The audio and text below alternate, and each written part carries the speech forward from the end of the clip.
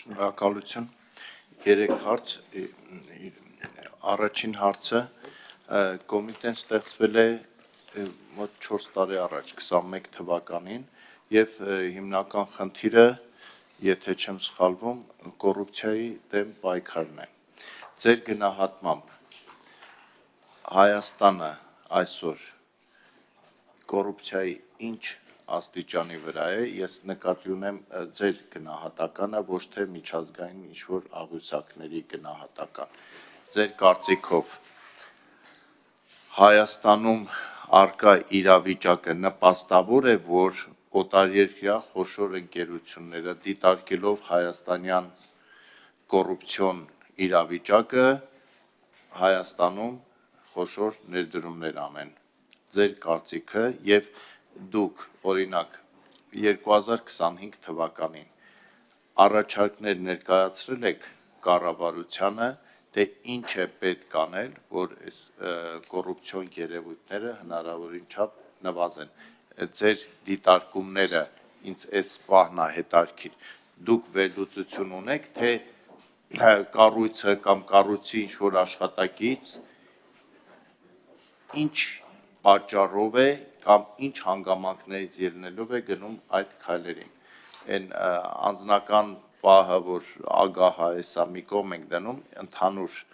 մարդը պաշտոնյան պաշտպանված է ավելի հարուստ մարդկանց գայթակղիչ առաջարկներից, թե ոչ։ Եվ խոսեցիք ապօրինի հարստացման մասին ու նշեցիք, որ եթե օտարերկրյա ձեր գործընկերները չեն համագործակցում, ապա պայքարը կամ այդ խնդրով զբաղվելը դժվար է։ Կարող եք ասել, կա համագործակցության դեպքեր եւ որ երկրներն են հատկապես, որ չեն ցանկանում այդ ուղղությամբ համագործակցել եւ այսպես ասեմ, ընդհանրական տեսակետ կա եւ մամուլում էլ այսպես, որ հակակոռուպցիոն կոմիտեն ավելի շատ կամ գրեթե հիմնականում ուշադրություն է դարձնում նախկին պաշտոնյաների ապօրինի հարստացումներին եւ չի նկատում գործող պաշտոնյաների հարստացումներին։ Դուք օրինակ ուսումնասիրում եք գործող պաշտոնյաները թանկարժեք հագուստ, որ կրում են, ինչ միջոցներով են կրում, հետաքրքրվում եք, ասենք, եթե բաճկոն, ասենք, $100,000 գերազանցում է, դա նվեր է, թե կարելի է այդ նվերը ընդունել, հանրությանը հետաքրքրող տեսակետ է։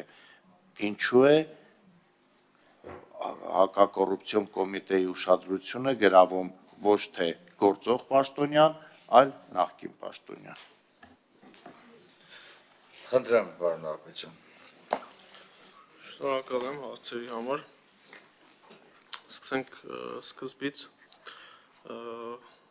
կոռուպցիայի չափելիության հետ կապված էր հարցադրմանը։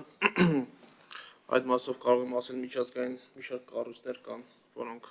գնահատում են կոռուպցիայի ինդեքսը Հայաստանի Հանրապետությունում։ Մենք առանձին այդ մասով ուսումնասիրություններ եւ ըստ էության վիճակագրություն բալային չունենք, բայց կարող ենք ասել, որ բացահայտման առումով ունենք դրական դինամիկա եւ ըստ էության նաեւ համակարգային պայքար կոռուպցիոն երևույթների դեմ։ Այսինքն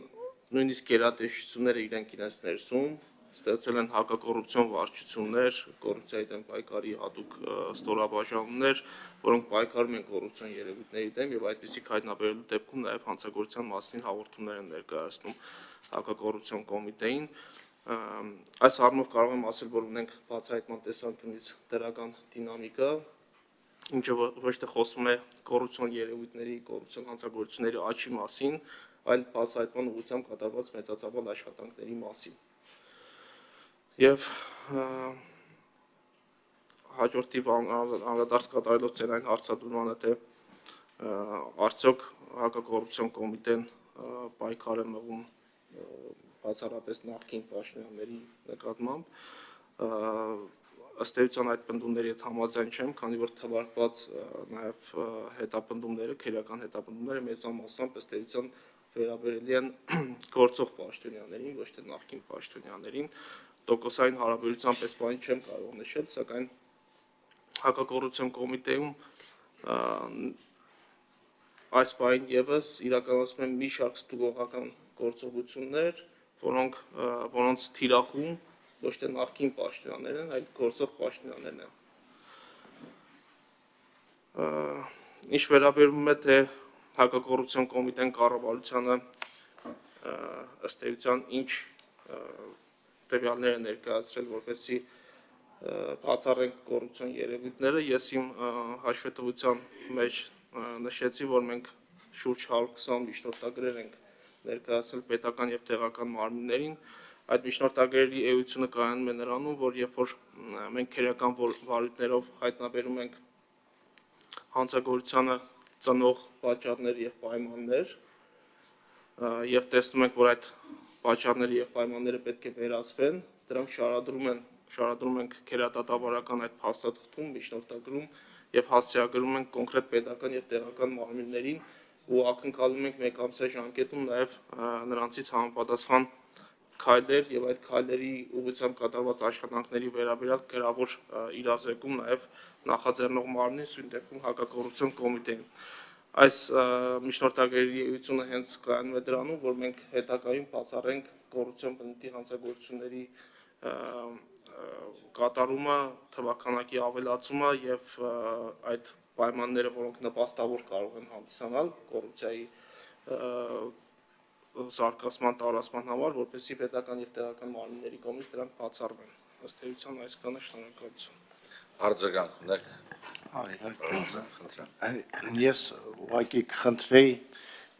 ես խոսում եի ոչ թե ինչ-որ կատարված կաշառքի կամ չգիտեմ ինչ-որ դեպքերի մասին,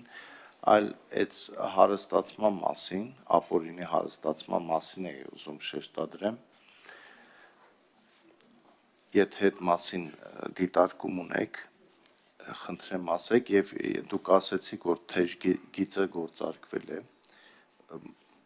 ակտիվ աշխատում է, թե չի աշխատում, դեռ ուղղակի հետաքրքիր է ինչ հանրությունը ինչպես է վերաբերվում այդ թեժ գծերին եւ արդյոք արժեքավոր եւ այնպիսի տեղեկություններ եք թեժ գծով ստացել, որը օգնել է բացահայտել լուրջ հանցագործություն։ Շնորհակալ եմ։ Իմ պատասխանը վերաբերում էր ոչ միայն կաշառքի դեպքերին, այլ նաև ապօրինի հարստացմանը։ Մենք ապօրինի հարստացման դեպքերով ունենք բազմաթիվ ստուգողական գործողություններ, նաև նախաձեռնված վարույթներ, որոնցով անցնում են նաև գործող պաշտոնյաներ, բայց հասկանալի պատճառներով այդ մասին չեմ կարող մանրամասներ ներկայացնել։ Ինչ վերաբերում է թեժ գիծ ծառայությանը, որը ստեղծվել է 2025 թվականի ընթացքում, մենք յուրաքանչյուր ամսվա կտրվածքով ստանում ենք հարյուրավոր հեռախոսազանգեր